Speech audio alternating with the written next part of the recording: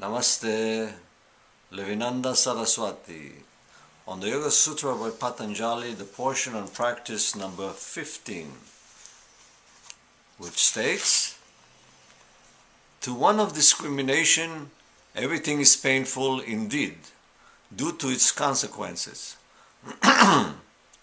The anxiety and fear over losing what is has gained, the resulting impression left in the mind to create renewed craving, and the constant conflict among the three gunas which control the mind.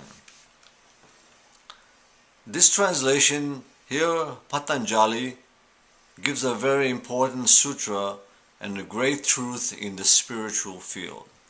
If we could only contemplate this for at least a little while daily, our lives would be completely transformed. All experiences are painful for the persons of spiritual discrimination. In this world, all experiences that come from outside through the world, through nature or material things, are ultimately painful.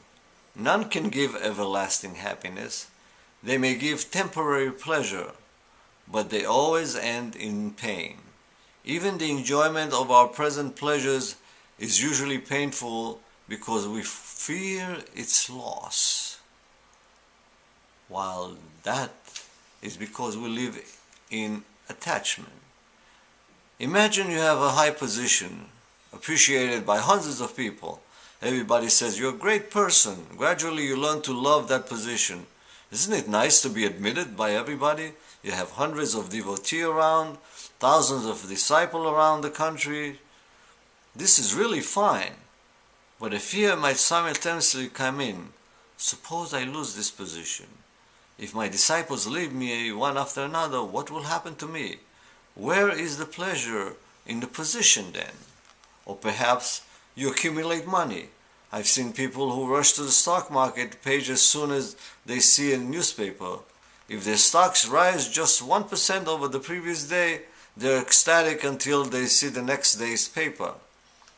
Toward evening, the attention will build up. All night they are restlessly waiting to see the morning paper. Do you really enjoy the money? No, because they want to possess it. All our so-called pleasures bring in the fear of losing them. We might lose our position, our money, or our beauty. There are even people who insure their eyes, their nose, their earlobes, even fingers and toes. They become anxious about even touching things. They are always tense. It's all right to have a beautiful face. It's all right to have anything as long as you don't let these things bring your anxiety and fear. If they come to you, let them come. Enjoy their presence. When they go, enjoy their departure too. When they come alone. So allow them to go alone without losing your mind along with the external object. Past pleasures are painful because renewed cravings arise from the impressions they leave on the mind. Once I had a beautiful car. I don't know when I'm going to get another one like it. Whenever you see someone with such a car, it will make you unhappy. It will remind you of all your high times. In reality, nothing is bad in this world, but the three gunas are forever tossing the mind. What you enjoy one minute, you hate the next.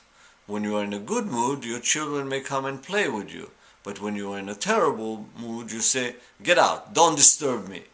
Real pleasure comes from detaching ourselves completely from the entire world, in standing aloof, making use of the world as a master of it. Only in that we can have pride. I'm not saying that because everything is painful we should run from it. That doesn't work. Wherever we go, the world follows. If you don't understand the world and attempt to run away, you can never succeed. I've seen people who cannot run their own homes or cooperate with their families say, "I'm disgusted, I renounced, I don't want anything. I'm going into the spiritual field to meditate and practice yoga." They try to run away from family life, but once they come to the ashram, they face a whole new home and family. At least in the original family they knew the people, and those people probably had a little consideration for them. In an ashram, all the faces are new. In the beginning, there isn't much affection. Each person may have his or her own problem. So when someone can't adapt himself to his known family, how can he expect to adapt to an unknown group? A known devil is much better than an unknown one. Wherever we are, we have to learn to handle things properly. We can't always change environments, running here and there, but once we know how to handle one small family, we can handle a larger group. A family life is a training place for public life. If you can face a sharp word from your mate, you can face such words from a stranger. The world is a training place where we learn to use the world without getting attached. Instead of saying to one of discrimination, everything is painful, it becomes to one of discrimination, everything is pleasurable. A person with such an understanding has the magic wand to convert everything into happiness. Pleasure and pain are but the outcome of your approach. The same world can be a heaven or a hell. The way to begin, though, is with the feeling, is it all painful? Let me detach myself. Let me not become involved in it. Let me not approach the world with selfish motives. Once this is accomplished, you see with a different vision. You begin to use the world for a different purpose, and you experience happiness. Before you learn to swim, water seems to be a dreadful place. Suppose I drown, what will happen to me? But once you learn to swim, you love the water.